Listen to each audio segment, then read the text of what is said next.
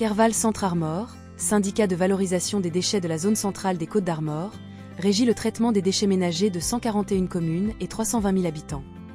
Le syndicat dispose en propre de 5 installations. Un centre de tri de collecte sélective, un centre de tri et valorisation matière et énergie, une unité de valorisation énergétique et une unité de valorisation organique avec un site d'enfouissement de classe 2.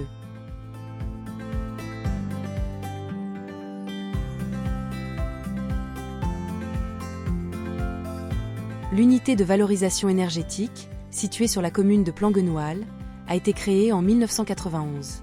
Elle traite les 3/4 des ordures ménagères résiduelles du territoire de Kerval Centre Armor.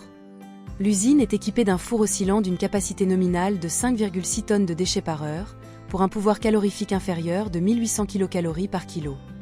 Elle fonctionne 24 heures sur 24, 7 jours sur 7. 2 arrêts techniques annuels sont effectués pour l'entretien. Cette unité de traitement est gérée par un prestataire privé. 16 salariés ont la charge de son exploitation.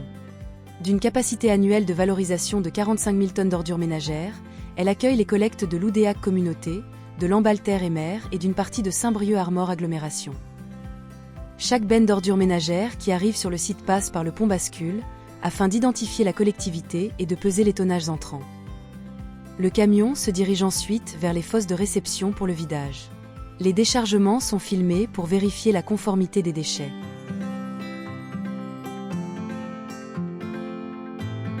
Au niveau du poste de commande, l'opérateur de ligne, ou pontier, à l'aide d'un grappin, brasse les ordures ménagères pour réaliser un mélange homogène, puis les dirige vers la trémie d'alimentation.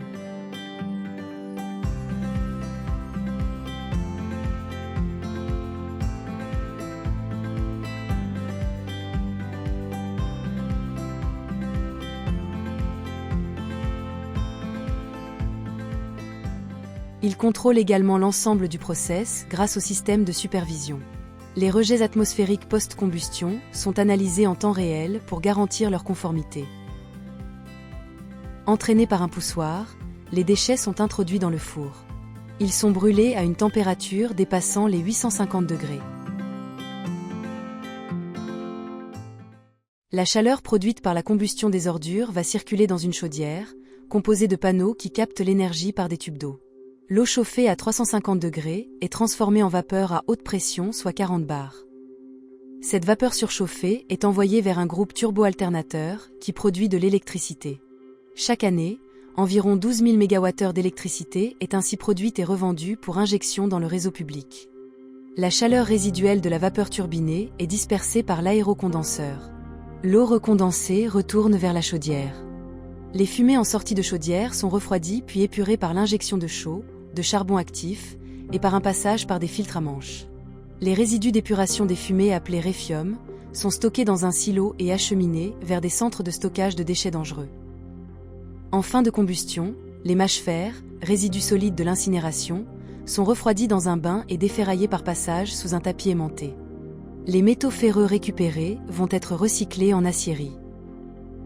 Quant aux mâches-fer, ils sont envoyés en maturation sur une aire de stockage bétonnée puis analysés et évacués pour une valorisation en sous-couche routière.